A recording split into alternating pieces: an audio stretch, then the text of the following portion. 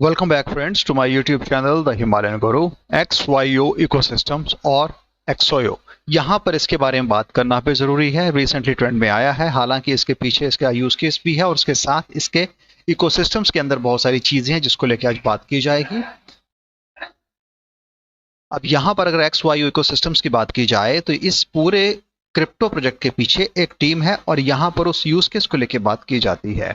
अगर देखा जाए तो यहाँ पर इसमें इन्होंने अपना खुद का एक टोकन, उसके साथ उस पर्टिकुलर सिस्टम में जितने भी यहाँ पर इन्होंने सॉल्यूशंस प्रोवाइड किए हैं, XYO लेयर 1 की बात करते हैं और डेवलपर्स के लिए क्या नई चीजें हैं उसके बारे में भी बताया गया है। अगर देखेंगे तो सबसे पहले समझते हैं कि XYO है क्या।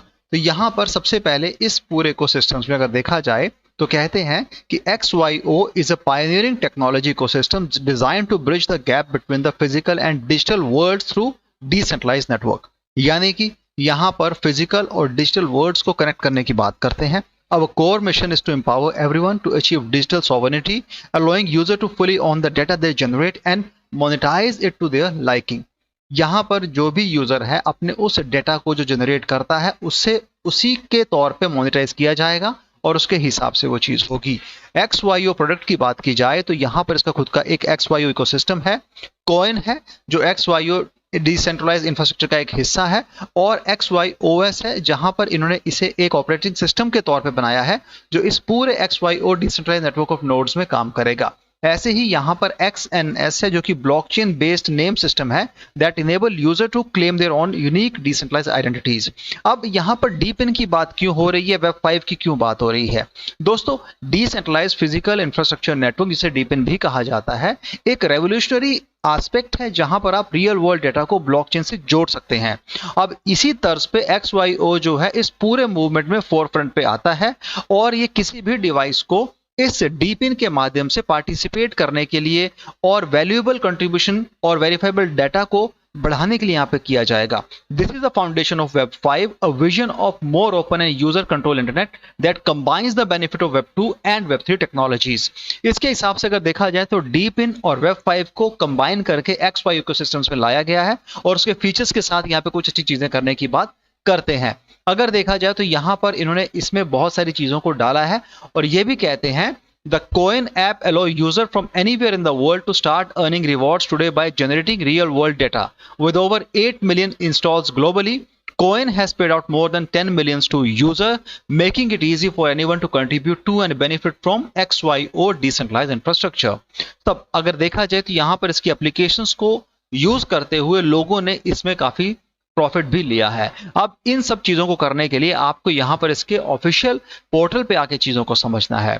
अगर मिशन की बात की जाए तो कहते हैं कि XYO believes in the power of digital sovereignty, the right for individuals to control their data and the online identities। तो इकोसिस्टम्स इसका इस तरीके से बनाया गया है which enable users to participate in a decentralized network without requiring a deep understanding of blockchain technology। Our goal is to make digital sovereignty accessible to everyone, ensuring that the data you create remains fully under your control। तो यहाँ पर इस पूरे ecosystems के साथ इन्होंने अपने उन चीजों के बारे में बताया जहां पे XYO कोर मॉड्यूल्स हैं, उसके साथ उस मॉड्यूल्स के अंदर जो फंक्शनैलिटीज हैं वो कुछ इस तरीके से डिफाइन की गई हैं जहां पर आर्काइविस्ट है, ब्रिज है, डिवाइनर है, नोड है, सेंटिनल है और विटनेस है। ये सारे के सारे मॉड्यूल टाइप्स हैं जो इस पूरे इकोसिस्टम से जुड़े हैं। अगर यहाँ पर देखा जाए तो इस पूरी लेयर 1 में क्या चीजें हैं, अब अगर बात की जाए तो यहाँ पर XYO लेयर 1 जो है कस्टम ब्लॉकचेन है which is design to unify decentralised data into a single shared ledger. It provide unmatched truth, speed and reliability while enabling scalable infrastructure for payment, staking and node power workflow। अब अगर यहाँ देखा जाए तो ये important क्यों है layer?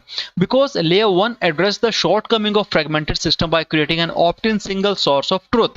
जैसा कि अगर देखा जाए नॉर्मल ब्लॉकचेन के अंदर जो लेजर मेंटेन किया जाता है, ब्लॉक्स की बात की जाती है, वहां पर जो शॉर्टकमिंग्स हैं, जो फ्रेगमेंटेड सिस्टम है, अलग अलग जगह बने हुए हैं, उन्हें ये इकट्ठा करके एक जगह लाके बात करती है उस डेटा को लेके। It ensure accurate payment, seamless data sharing and scalable infrastructure, bringing XYO closer to its vision of unified data protocol।